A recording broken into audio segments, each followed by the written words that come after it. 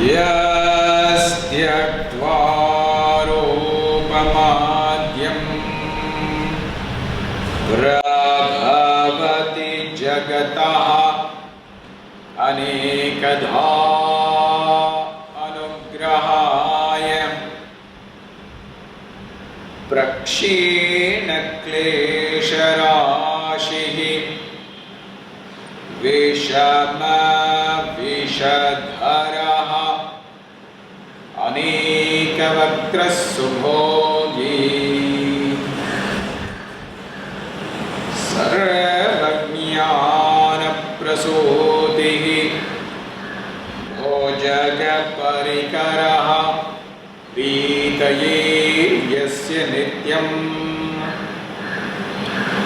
devo hishaha savo vyat sita vimalatanuho yogado yogayuktaha yogena chittasya padena vacha malam sharirasya cha vaidyakena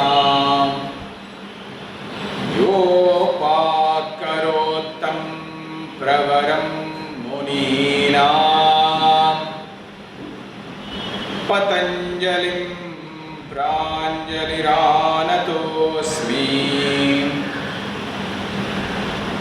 abahu purushakaram shankhachakrasidharinam sahasrashirasam shvetam pranamami Patanjalim Srimate Anantaya Nagarajaya Namo Namaha Patanjala Mahabhashya Charaka Pratisamskritaihi Manovakaya Doshanam Hartreya Hipataye Namaha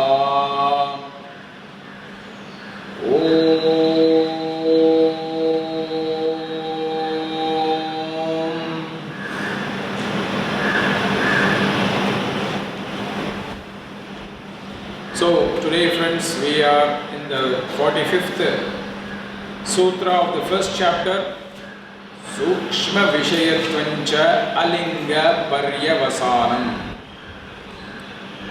Well, we are in the part of the Yoga Sutras where Patanjali is describing what is called as Samadhi, the elevated states of mind where we can focus on an object at a very deep level and actually have some understanding or clarity about the same. And Patanjali has presented systematically that there are different levels of Samadhi. He first talks about what is called Savitarka Samadhi and Nirvitarka Samadhi, which are concerning objects that are supposedly very gross. And then he talks about what is called Savichara and Nirvichara Samadhis, which is concerning objects that are more subtle. And this is very important to understand that focusing on the gross becomes more important first, because unless we focus on the gross, we cannot focus on the subtle. The Sutra 145 is a continuation of the previous sutras, which is saying how much subtle can we go. Sukshma Vishayatvancha Alinga Paryavasanam. How much subtle can we go? We can try to take a simple example. For example, there is a video which is online that many people can see. They first focus on a tree. They take a picture about 10 meters above the tree, and they show how the tree looks. Then they zoom in to 1 meter from the tree and they show how the tree looks. Maybe you can see a branch of the tree and a few leaves. Then they go further, then they start to see the leaves. Then they go zoom in further, then they start to show the little veins. Then they start going microscopic, they go inside. And the more and more they go inside, they start to see that there is also subtle patterns which you can see, which are still part of the material structure of this entity called the tree. That's the more subtle aspects of a giant tree. When we see a tree from outside, we have a couple of trees outside our building and you see them, it looks one way. But when you start looking at it at a much more closer level, you start to see all the subtle details that does not seem visible from far, but it's still part of that structure. And this is very important for us to remember, because many times we get lost in the gross idea, gross conceptions, and we forget what is subtle that makes up the gross. And this is where Patanjali draws our attention, that looking at some things as a whole is one way in a macrocosmos, but there is also the microcosmos that we have to start looking at. And this has many layers of understanding that we can have in our Vedic science, and we will share a few here, how far we can go.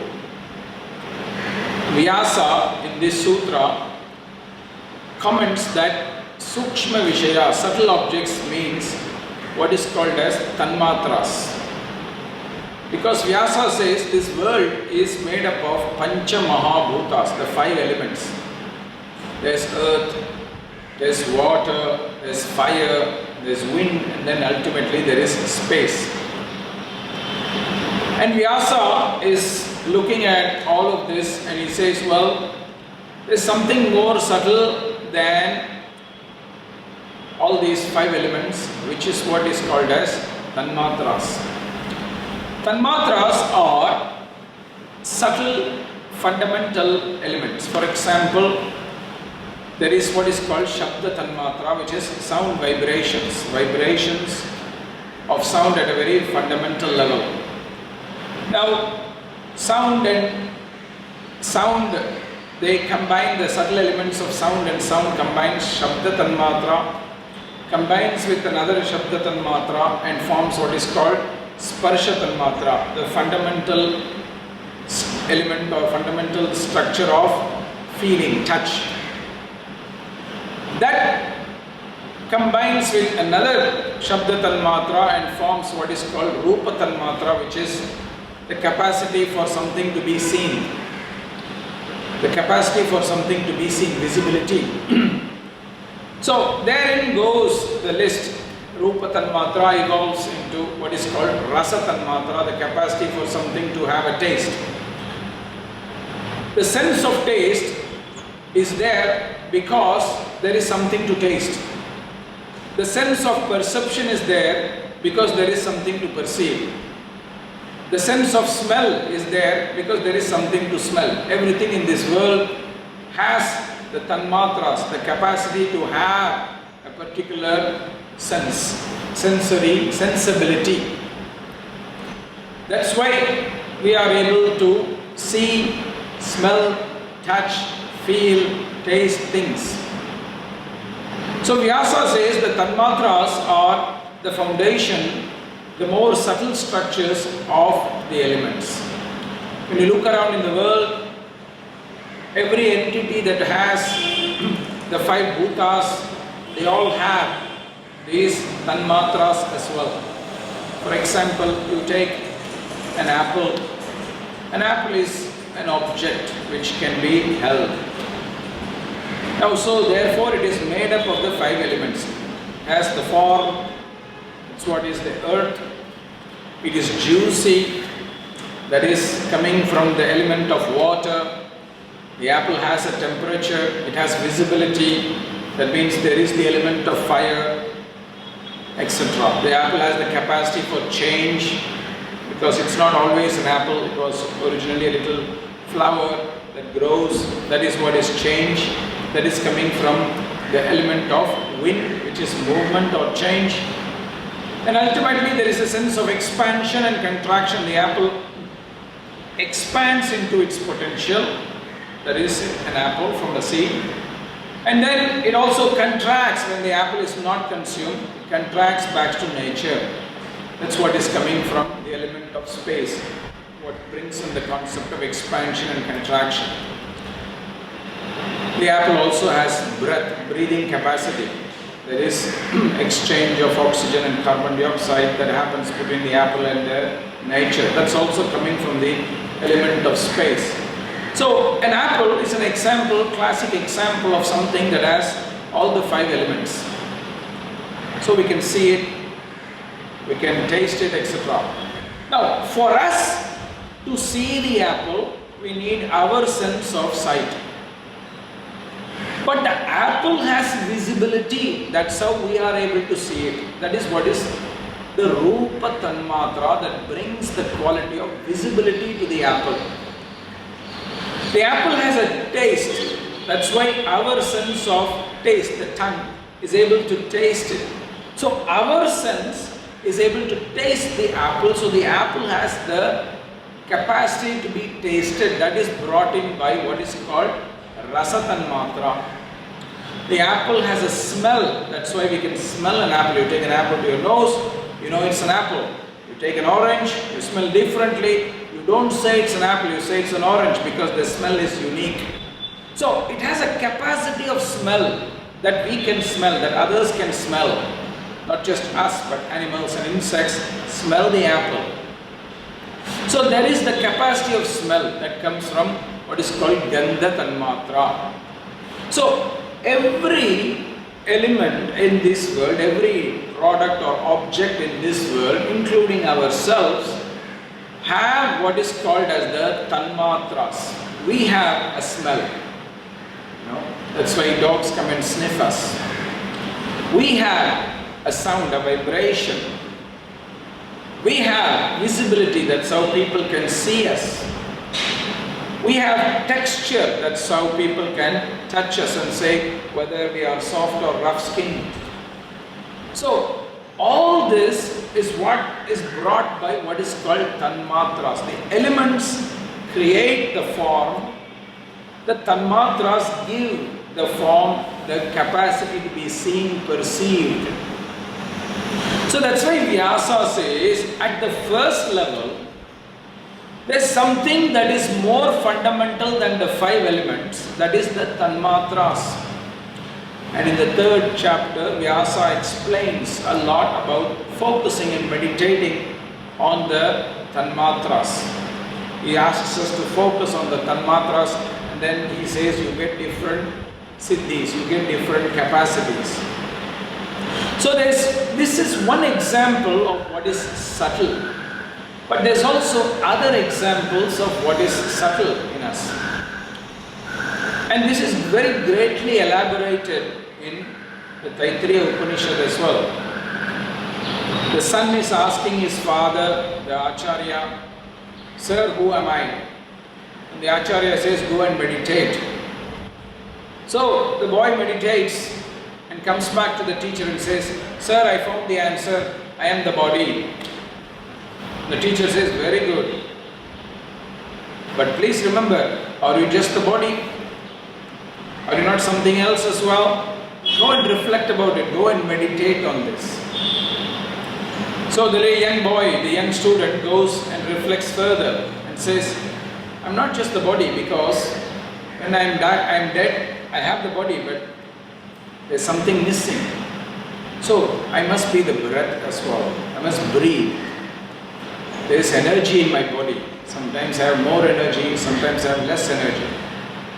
So I am also the breath." So he comes to the conclusion and comes to the teacher and says, "Sir, I found out I am my breathing. Pranamaya." The teacher says, very good discovery. Yes, breath is subtle more subtle than the body. But are you just your breath? Which is your breath asking these questions about who you are? Is the breath what remembers all that you have learned? Go and reflect on this, my son. So the student goes and starts reflecting. Oh, why is the teacher asking this? And then he suddenly realizes, oh, that's right. I have mind, I have memories, I have learning, I have patterns, I have impressions. So he says, oh, I must not just be the breath and the body, I must also be my capacity to remember, to think. I must also be the mind. So he goes to the teacher and says, teacher, I have found out who I am. I must be my mind, because I have this capacity to think, capacity to reflect, capacity to remember. So I must be the mind. So the teacher says, wonderful, my dear son. Mind is indeed very subtle. It is more subtle than the body. It's more subtle than your breathing. Because remember, when your state of mind changes, your breathing changes. So mind must be much more subtle than the breathing, because mind can control your breath. When you are stressed, your mind is agitated. When you are relaxed, your breathing is relaxed. When you are stressed, your breathing is agitated. When you are excited, your breathing is agitated. So mind must be more subtle because it can control your breathing. Correct. But are you just your mind? Are you relating with your mother and father only with your mind? Are you relating with your animals that you are taking care of only with your mind? Is there not something else? Please go and reflect. So the boy goes and reflects again, thinks about it, and comes later and says, sir, I have found out the answer. I must not just be the mind, I am also emotions. I have emotions, feelings for my animals. When my animal is sick, I feel sad. When my animal dies, I feel sad. I know that intellectually the animal has to die, but it still affects me. So I must be much more than that. I must be my emotions. Especially emotions that are conditional, where there is relationship. So the teacher says, very good. Very good. You are improving. You have found out who you are. This is more subtle. Emotions are more subtle than the mind. Emotions are more subtle than the body. That's why sometimes you see when emotions take over, we can't even control ourselves because they take over. They have such a power. Even intellectually, we may know that what we are doing is wrong. We are not able to control it because the power of emotion is so strong. So the teacher says, good reflection. But are you sure you are just your emotions which are based on your family or animals and other things? Are you not? Is there not something else? Now please remember, all this is happening over a period of time. It's not that the student is reflecting 5 minutes later and coming back to the teacher. It's happening over a period of time. In the old days, people took time to come to such conclusions, not the fast internet era. Today you ask a student, what is this? Now, their response is very fast. It takes them as much time as Google produces the results. So if you say, who are you? You type in Google, who are you? It takes sometimes 0.03 seconds for results to show. So that will be possible. But in the old days, they took some time. They would go into the forest, reflect, relax, sit under a tree, look up at the sky, go inward. So they would allow time. So the boy is also growing, the boy is also becoming more wiser. And over this period of time, he has an experience of the divine. He has an experience of the divine. And he realizes that he is part of the great divinity. But that's not something that he can express with words. So he comes to his teacher and says, sir, I think I found the answer. I am part of something much bigger than me. much bigger than you and me, much bigger than all of us. I am part of a divine consciousness, and that is who I am. The teacher says, now you are wise, now you have achieved your learning, now you can leave. Your education is over. This is what is called Brahma Vidya. So, in this Upanishad, what they are teaching is that all of us, we have many layers to ourselves. We have body, we have breathing, we have our mind, we have our emotional structure, and at a very, very deep level, we have something that I would like to call a divine feeling, or a feeling that happens when we are in connection to the divine. These words are all given some names in this Upanishad, what is called Annamaya, for the physical body. When we are able to relate with our body, we are meditating on the body, we are relating with each other's body form, that is the gross structure, the most gross structure in all of us. It's a very concrete structure. And this is what is called as the Annamaya, where the element of earth is very strong. The element of earth is very, very strong. Then there is our breathing mechanism. Now a lot of people assume that the breathing mechanism must be related with wind, because breath and wind are similar. But somehow it's possible to understand this way, but there is another thing also. Breathing mechanism is also very often associated with the element of water. That's why when you understand the Hatha Yoga texts, such as the Hatha Yoga Pradipika, etc., they use words which refer to the names of rivers to talk about the nadis in our body. For example, Ida is called Ganga, which is a great river. Pingala is called Yamuna, which is also a great river. And Sushumna is called Saraswati, which is also a name of a great river. So all three are using the names of rivers, which is a water element. Why would the yogis do it? Because breathing flows, just like water is flowing. And breathing flows through channels in the body.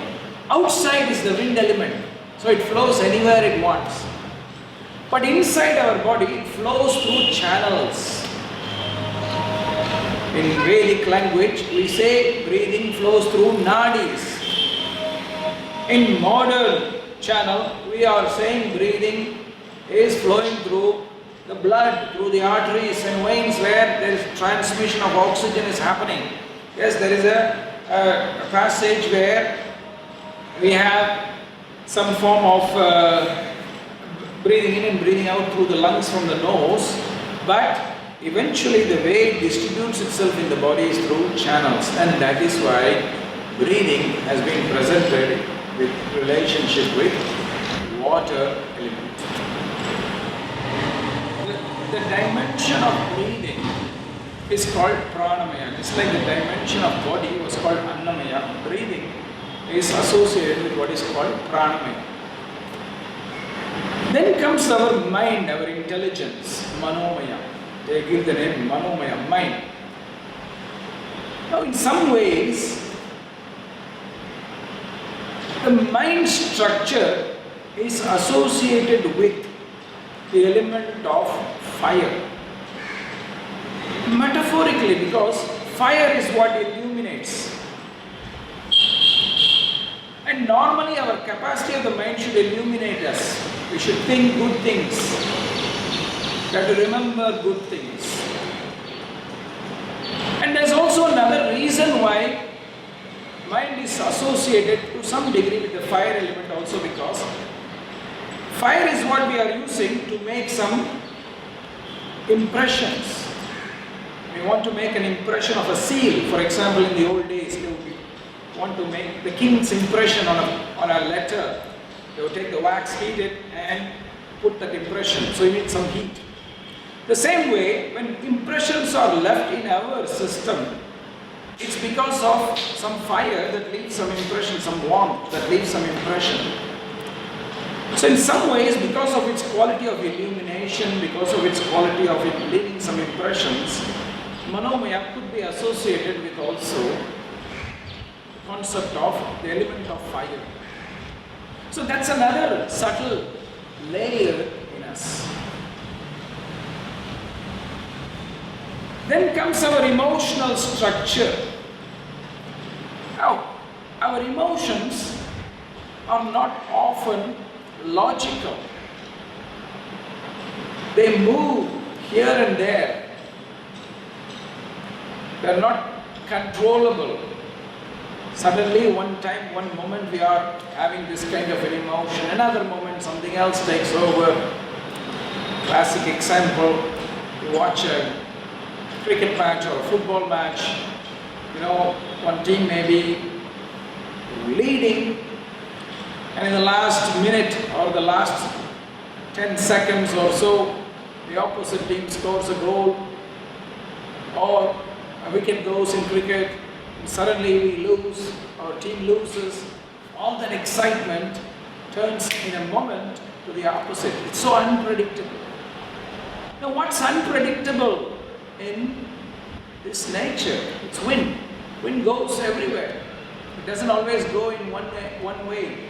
Suddenly you'll see a big surge of wind coming, and suddenly there'll be quietness. There is no more wind. It cannot be controlled so easily. But it's palpable. The same way emotions, very deep emotions, sometimes it's not controllable. Suddenly we get angry for no reason. Maybe something triggered deep in our subconscious. There's so much moving on. So in some ways that's more subtle than our mental structure. So in that way it can be associated with the wind element as well. So that's another subtle layer in us that we can meditate on, our own emotions, both conscious emotions, subconscious emotions, conditional emotions, which are associated with relationships, animal, with a person, with family members, with a job, wherever relationship is involved. But transcending all of that is the domain called Anandamaya, which is the connection. There is a part of us which is connecting us to the divine. That's not from our emotions only. That's not from intellect. That's not from physical level. It's a very deep part in us. It's a very deep part in us that is realizing. It's not even having a knowledge. It's realizing. It's not having the classical intellectual knowledge. It's a realization.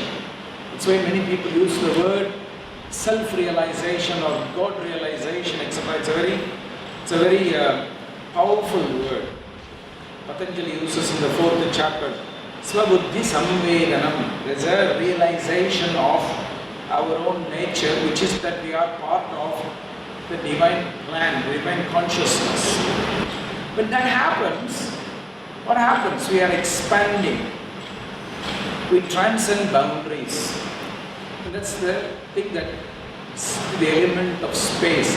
Space has no boundaries. It's everywhere. It's both inside us and outside us. It is transcendent. It's there in the past, it's there in the future. It's transcendent. Space has no limitation. It's one of the rare elements that has no boundaries, and it's feeling expansive when it is a positive experience we have, and it contracts, then we start to feel that it's a negative experience. That's how I define what is a positive emotion and what is a negative emotion. A positive emotion expands you. A negative emotion contracts you. So we have all these structures as well that we can meditate when we are meditating on subtle objects. So this is one more example of what could be subtle structures that we can meditate on. But Patanjali goes further. How much further can you go? Earlier, I talked to you about the concept of Tan Matras. Tan Matras are subtle elemental structures. Now, where do they come from? Yoga and Samkhya says they are coming from something much more deeper, that is called as asmita or ahankara, our identity, our identification. Why does the apple have a particular smell, a particular taste, a particular form, and the orange does not have that? It's because the seed has an identity that this is going to be an apple. The seed has the identity already that this is going to be an apple. Another seed will have the identity that this is going to be an orange. So that's why its smell, its taste, its texture will develop in such a way that it becomes that. So more subtle than the Tanmatra is what is called as Ahankara or Asmita, which is our identification, our seed, material identification, what we will become. Please don't confuse this to Asmita or Ahankara, the Klesha. This is the positive use of the word. It is your identification, what you identify with. Why? The body of a man develops one way, the body of a woman develops one way, because the seed already has the identity that this seed will become a male, this seed will become a female, this seed will become a horse, this seed will become an elephant.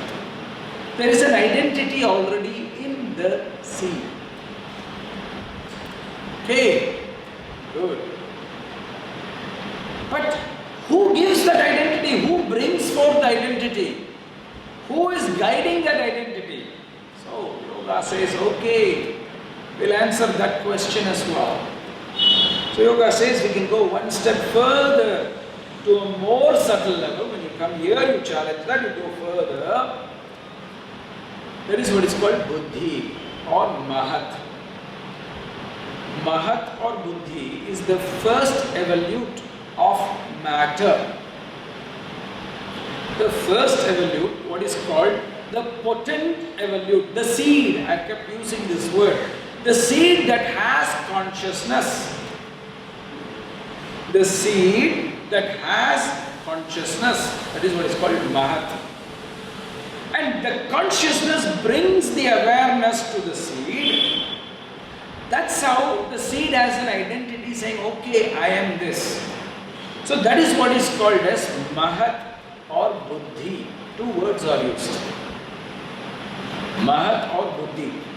So it's a combination of matter and consciousness, because only a conscious seed can evolve. A non-conscious seed cannot evolve into an apple, into an orange, into a human, into an animal. So that is what is called Mahat, the seed, the potent seed. That is the next step. So then obviously another question can come, but where does this seed come from? Where does this potent seed come from?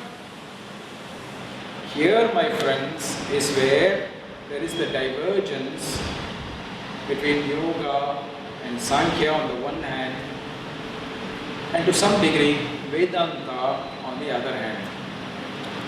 In Vedanta philosophy, they say very simply, Janmadyasya yataha, means all the birth or all the seeds, they come from divine God. God created all the seeds. Okay, let's leave Vedanta aside for a moment, because we are in the chapter of Yoga, discussion on Yoga philosophy, which borrows from Samkhya philosophy. Samkhya Yoga says, well, before the seed, the potent seed, there existed two chaps. One is called Moola Prakriti, that is the source matter. And the other is called Purusha, the consciousness. Both independently, they are impotent. They cannot do anything. Independently, they are impotent. Mutually, exclusively, they are impotent. And Purusha is alone, it's impotent. Prakriti is alone, impotent. But for some reason, for purpose of some things, they can come together, and that coming together is what creates the first evolute, Mahat or Buddhi. So, in their independent state, they are Mula Prakriti and Purusha, and they both are impotent. And they were existing, and they will exist. Patanjali clarifies this beautifully in the second chapter. Kritartham pratinashtam api anashtam tad anya sadharanatva. He says, they were there before, they served somebody a purpose. The purpose was finished, they separated. Then they are existing for the purpose of somebody else to use them. Very simple.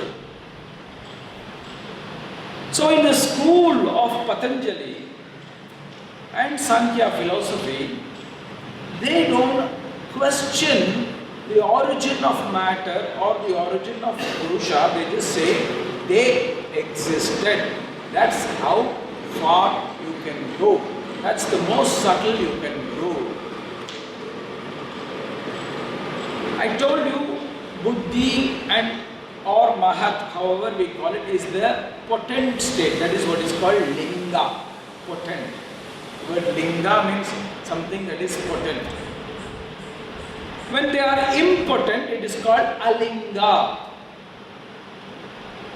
Mula Prakriti, the source matter, and Purusha, they are what is called Alinga. Impotent by themselves. But when they come together, they become potent. That's what is explained in this sutra, Sukshma Vishayatvancha Alinga Paryavasanam. Paryavasanam. You reach somewhere, a point where beyond which you cannot go any further. So, Patanjali says, when you are doing Samadhi meditation on more and more subtle things, ultimately you will come to Purusha and Prakriti. And when you come to Purusha and Prakriti, that's the end. That's where you stop. You cannot go further, because in yoga philosophy, that is the origin. That is where everything started. Yoga and Samkhya philosophy share the same view, and they say, beyond this, we don't question, we just know that's how much we can go. That's why it's very important to remember that Ishvara in yoga is very different from Ishvara in Vedanta. That's why yoga is a non-religious discipline, even though it's a spiritual discipline. You have to be very clear about this. Because yoga philosophy does not declare, especially Patanjali does not declare that Ishvara is the creator of this world. In every religion, God is the creator. But Patanjali does not declare that, does not acknowledge that. He just says, things existed before, things will exist later. Samkhya philosophy does not even mention Ishvara. It's a non-theistic school. But both Samkhya and Yoga are spiritual school. They talk about self-realization. And that's the distinction between Yoga and the philosophy of Vedanta.